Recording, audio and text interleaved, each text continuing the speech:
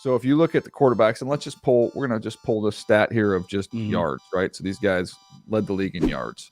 Mahomes, 5,250. Herbert, 4,739. Brady, right beneath them. Those are the top three. So let's go with the top three guys. So you could not get any more different than Mahomes, Herbert, and Tom Brady. But if I said to you, what's a trait that those three guys share? What is it? Well, a few different things. Like outside of the natural arm talent that you thought, DJ, I would say it's almost the ability to blend their high football IQ and their diagnostic skills with playing with a natural feel for the position. It's almost one of those things that you can't necessarily quantify, but you see it. The processing speed, the accuracy, the touch, the anticipation, the timing. They're very decisive and definitive with what they want to do with each play. And they make those things happen on the script, but also off the script. He's at the 10, cuts back inside the 5. Mahomes rolls into the end zone. Yeah, I wrote down a couple of things here. I think you start with knowledge. Like those three guys are, and we've been around all super three smart. of them. All smart. Crazy smart, right? That's twice. I got it. Then you two got to help them. Crazy smart. Different sizes, different packages there. Obviously, Brady and Herbert are huge. Then you look at the athleticism. Okay, Herbert and Mahomes are really athletic. There's a lot of differences there. Brady on script predominantly.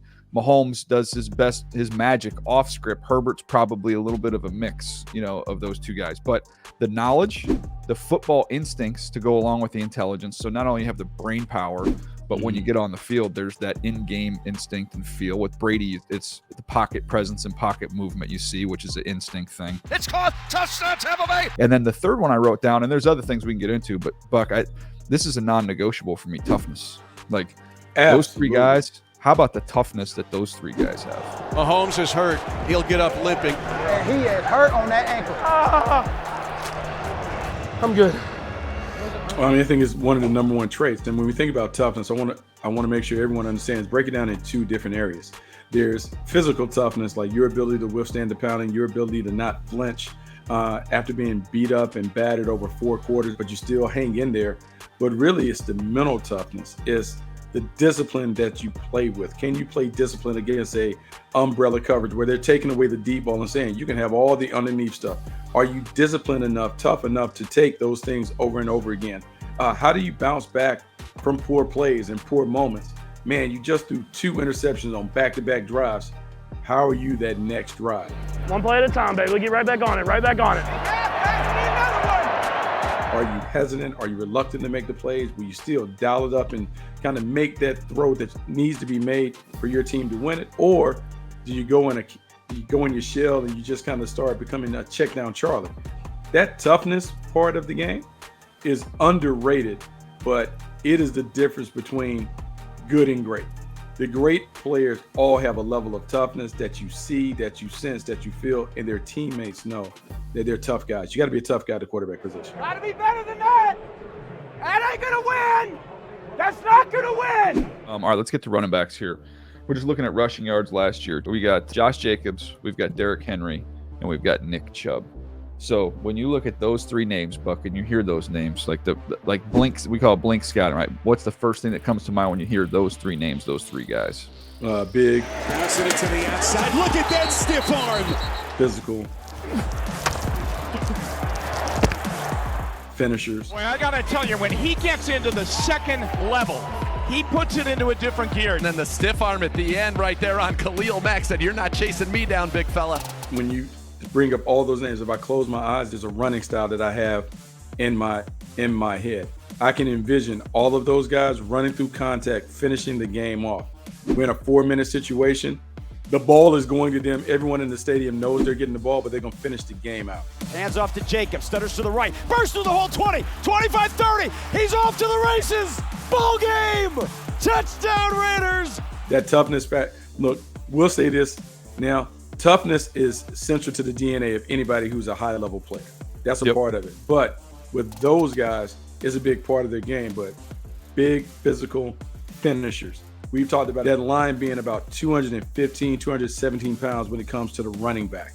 That those backs have enough girth, enough weight to them that you feel them over time. And I'll tell you, as a defender, It's a big difference hitting a big body and hitting a little old scat back.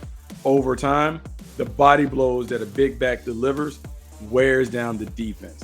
And we're not at a time where the running game is still a top priority, but it still is essential to success. Those big backs, man, they still are very, very critical to being able to win in certain capacities at certain stages of the season. Well, the you know the line, right? It's greater to give than to receive. Like these guys give punishment. They don't receive punishment. These guys are contact seekers. People don't want to tackle Nick Chubb. You don't want to hit him too many times. Don't want to be on the receiving end of that. These are big, powerful, physical guys who don't shy away from it, who run with purpose.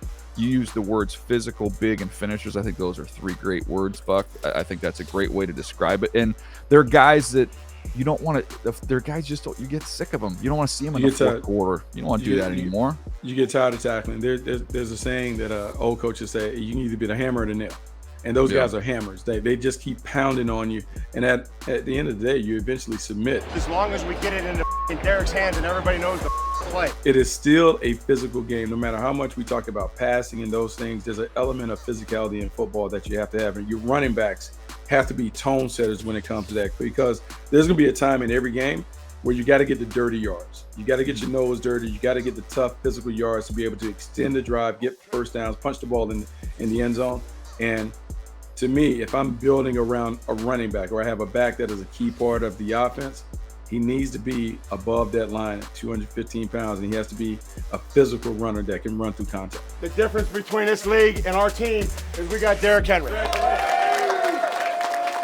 Let's get to wideouts, and let's go to the top three. And just in terms of receiving yards, it's Justin Jefferson, it's Tyreek Hill, it's Devontae Adams. Now, these are elite players. Ironically, though, when you look at it, none of them were top 10 picks. Really, Justin Jefferson's the only first round pick in the bunch. So receivers come in all different areas. Even if you go below that, it's A.J. Brown and Stephon Diggs. But if we look at those three, Jefferson, Hill, Devontae Adams, what do they have in common? The two guys are not like the other. Jefferson and Devontae Adams are spectacular route runners. Outside whip route, fake back in, go back. Oh, come on. Oh, don't feel bad. That's happened to a lot of DBs over the course of Devontae Adams' career. I cannot undersell how good I can't oversell how good they are as route runners. They can run every route in the book. They have all the tricks in the bag. They can beat you with speed and quickness. They can beat you with wiggle at the top. They have all the little subtle head and shoulder maneuvers to create separation. They're different. Tyreek Hill is a different animal. Tyreek Hill is one of the most explosive 0 to 60 athletes that I've ever seen. In terms of his ability to get the top speed in a hurry is different. It's breathtaking watching him. He dominates people with his explosiveness. And talk about an A+, 5-star, whatever you want to give athlete, he is that. His ability to just make it happen because of his explosiveness separates him from others. But the other two guys are craftsmen. They're route runners. They are the Picassos that paint masterpieces in terms of how they run routes. Tyreek Hill is just a freak athlete with super explosive traits. Yeah, and I would just push back on one thing. I would say with Tyreek, I think, and we've seen, explosive, fast guys come into this league and not have huge success. I think there's more polish to him as a track star, legit fast guy in the league. But I think there's actually polish to his game, like that. I think maybe we don't put him in the pure craftsman column with Jefferson and Adams, but there's more nuance to his game and there's more route running ability there. There's nothing. I mean, it's not like he's just a free route guy. He can run any route you want to run. I think the thing that he has mastered is his ability to keep it on the move. Meaning, there's a thing where sometimes with big receivers, he's not a big receiver, but sometimes big receivers have a tough time sitting down, stopping and starting, coming out their breaks. Tyreek Hill has mastered the art of keeping it on the move, where speed cutting in breaking routes, catching crossing routes, deep overs, things where he never has to really stop. He's not necessarily a comeback guy. He is on the move. And the great things that teams have done, they not only put him in a role where he does that, they've built offenses where they're not asking him to do some of those things. He doesn't run the same routes that Devontae Adams may run on a game-by-game basis, but they put him in a role where he is doing things that fit his skill set, which is why he's able to be a dominant player on the perimeter. He a bad man, dog.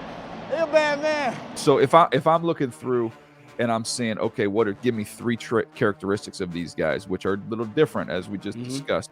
To me, I start with the fact that there's quickness in all three. Obviously Tyreek Hill has a different gear. All three of those guys have elite quickness. Boom, the ball's there, and he's got space to run. Well, now it's a mismatch. With Tyreek Hill with the ball in space, it's over. I think there's a polish to their game. So we can say what type of route runners, but there's polish. Like they understand the game. There's polish to them. They're going to go over it like it's an over route, and he's going to fake that over and then bam, hit the corner, the opposite side. And then the third one, which we've talked about in the past, and it even goes deeper if you go deeper down this list, play strength for wideouts is a big deal, man.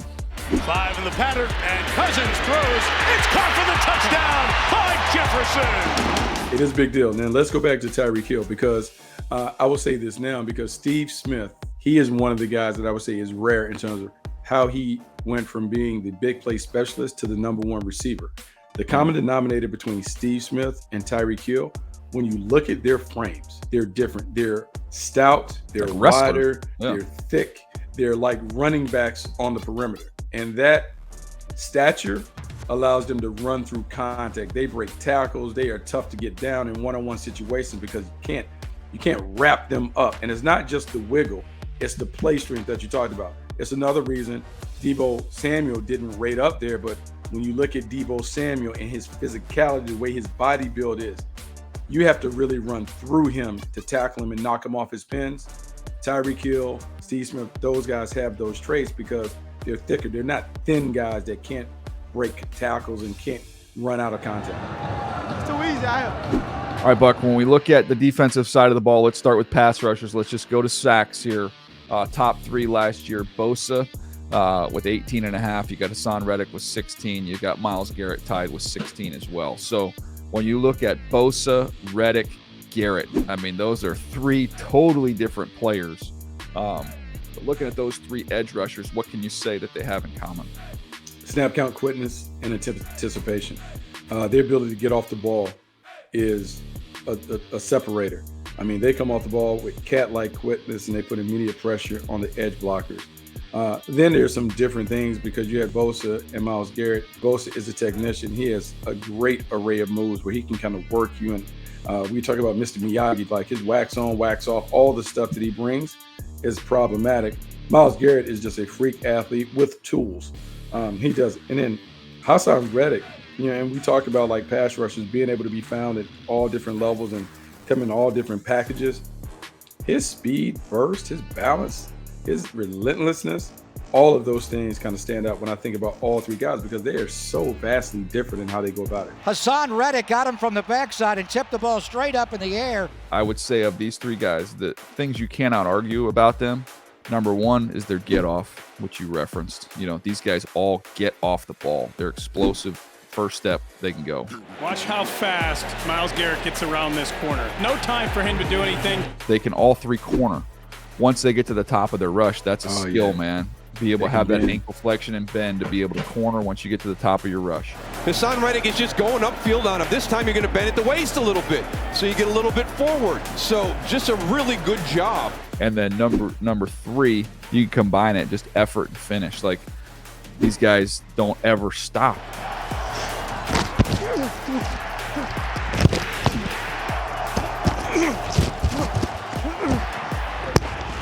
There's just, you don't get a break. There's not a down you get a break from those guys. Even as talented as Myles Garrett and Nick Bosa are, to me, it never stops. And Hassan Reddick is somebody who's not real big. You expect that from him. He's going to have more of a motor. He's going to keep going down after down.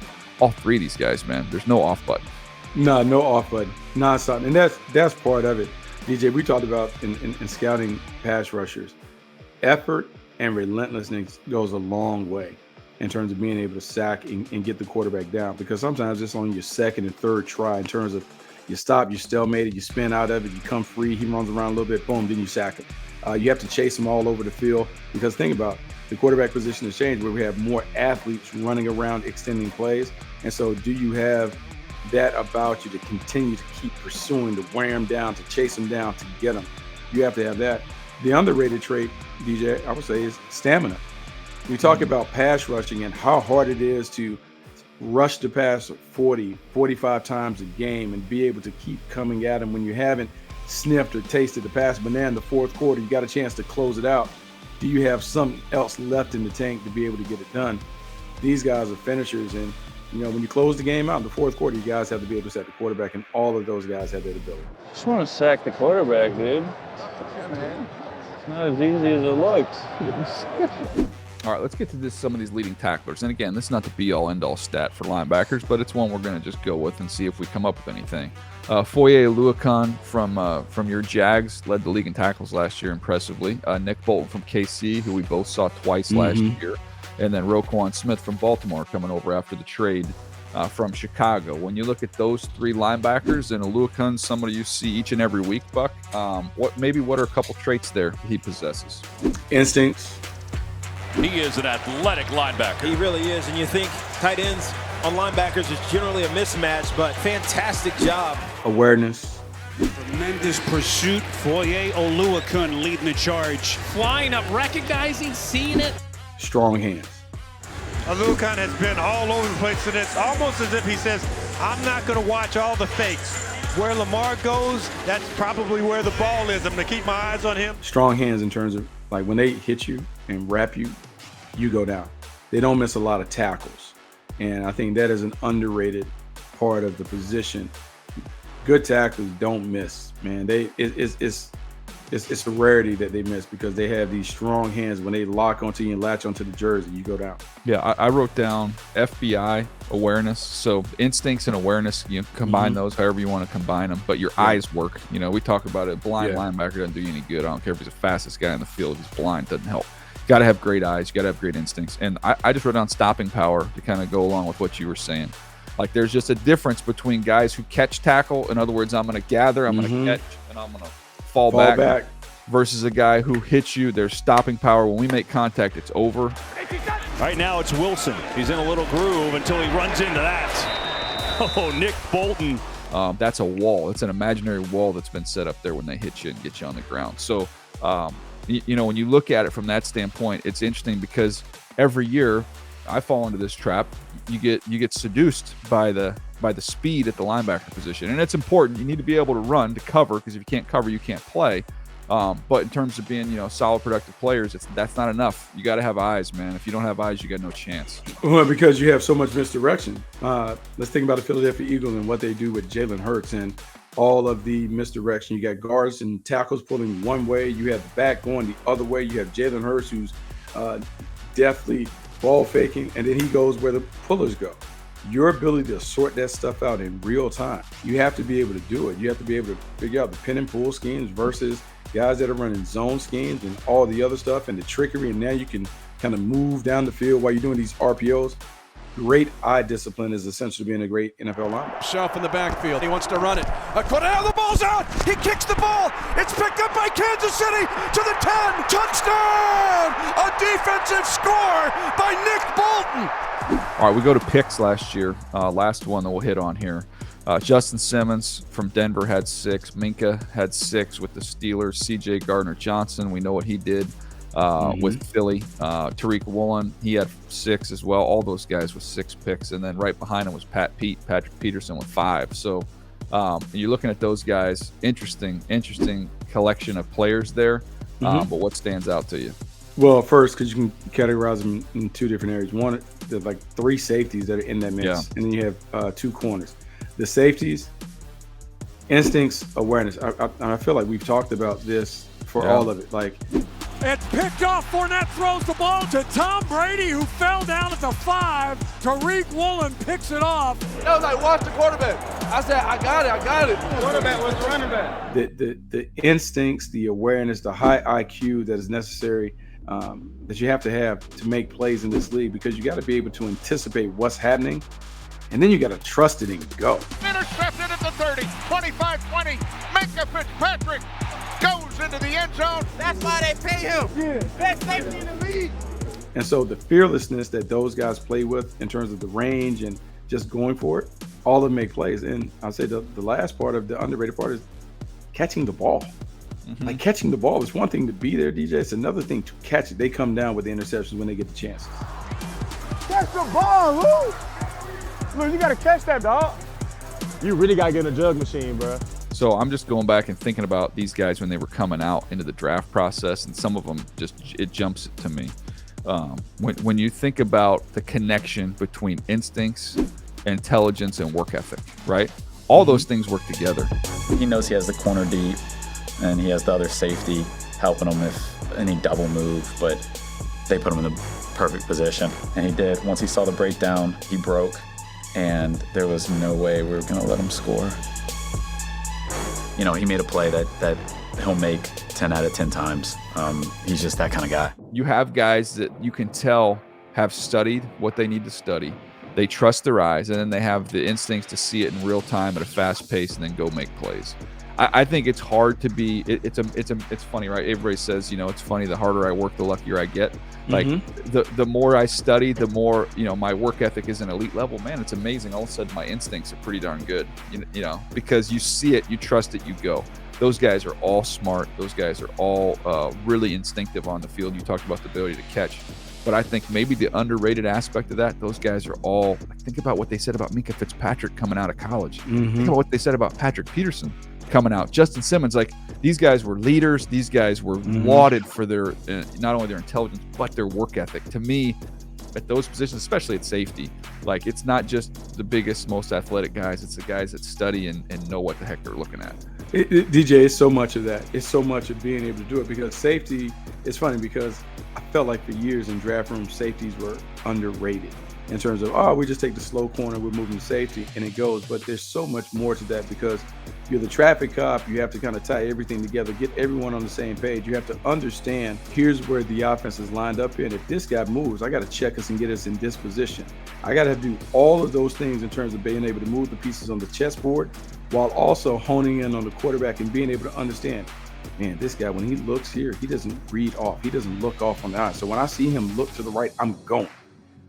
All of that stuff that you're doing in nanoseconds, that matters. And so it's one of the positions where I may take a lesser athlete, but a smarter player, because the smarter player is going to play faster than the athlete who doesn't have the natural instincts. That's why they pay him the big bucks. Think about Sauce Gardner at corner last year, Buck. Yeah. You talk football with that guy. You can see everybody, the cool nickname and all that kind of stuff. That dude is football smart and real smart. He can talk to you through everything. Well beyond that stuff. I mean, look at Chauncey Gardner-Johnson and being able to talk to him and understand ball and all that other stuff and how he just got it. And he made a difference for the Eagles when he joined the squad coming from the Saints. Having that ability to not only see it, anticipate it, go for it, and just making the plays that are there to be made, man. When you have a guy like that, it changes the dynamics of your secondary. Prime time play, make prime time plays a big time game. Bill Belichick's talked about that forever. He wanted to play with guys that not only had the athletic ability to make plays, but he wanted to have a smart football team. Yeah. Look at some of these best players in the league, Buck. These guys are smart. They take it. They can take it from what they see and transition it to when they're on the grass. DJ, you can't go wrong with smart players. When you have smart players, it allows you to do so much more. Not saying that you have to have more volume in your playbook, but it allows you to play the game differently, because they have the ability to take what they see on the board in film room and apply it on the grass, being able to see it and make adjustments right away. It's one of those things why, and people don't understand, because there was a time in the league where you wanted college graduates. I know Chip Kelly, when he was in the league for that, when I was with the Carolina Panthers, it was important that guys graduated college, because there was a level of intelligence that comes along with that. The Patriots have always been big on that part of it. And it's because smart guys make the plays. They may be limited sometimes, but they make the plays. They see it, they play faster, and it's just a lot easier to do it with high IQ guys, as opposed to the guys that have a very, very tough time comprehending and understanding what it is that you're asking them to do.